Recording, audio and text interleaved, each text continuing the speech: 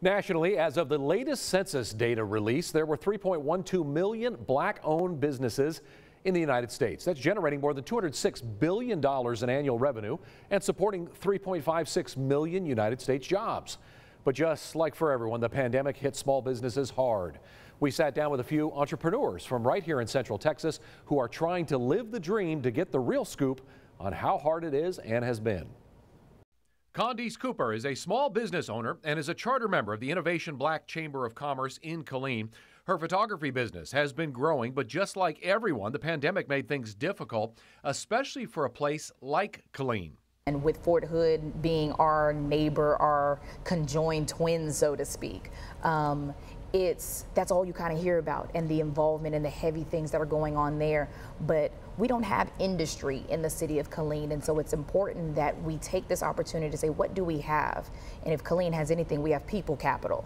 And so it's how do we hone in on using the resources that we do have, and again, that is people. Small business has always been the engine of America. It has kept our unemployment levels down, and in good times, these businesses have thrived. And for Black women, in the past decade, starting up that dream has become a reality. Now, it may be the PC-friendly thing to do, supporting Black-owned businesses, female-owned businesses. Since 2014, Black women businesses more businesses have been opened at a rate of, I want to say, 315% by Black women entrepreneurs. One of those businesses is owned by Marquita Frank, who opened T-Town Energy and Nutrition in downtown Temple.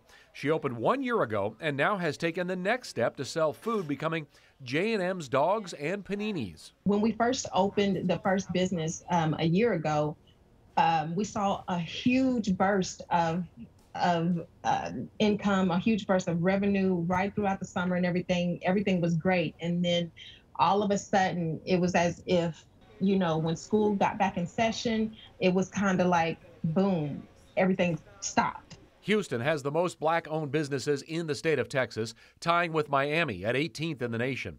But when you figure that there were 22 members of the Innovation Black Chamber of Commerce in Killeen when it started back in February before the pandemic shut down, and it's now over 100 members post-COVID, Bell County's Black small business ownership appears to be booming. You just have to promote and you have to market it and you have to use your chamber members as examples.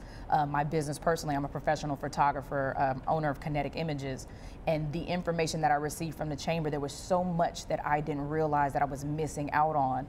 One, just construction, I'll take this, construction projects for the airport that are going on right now.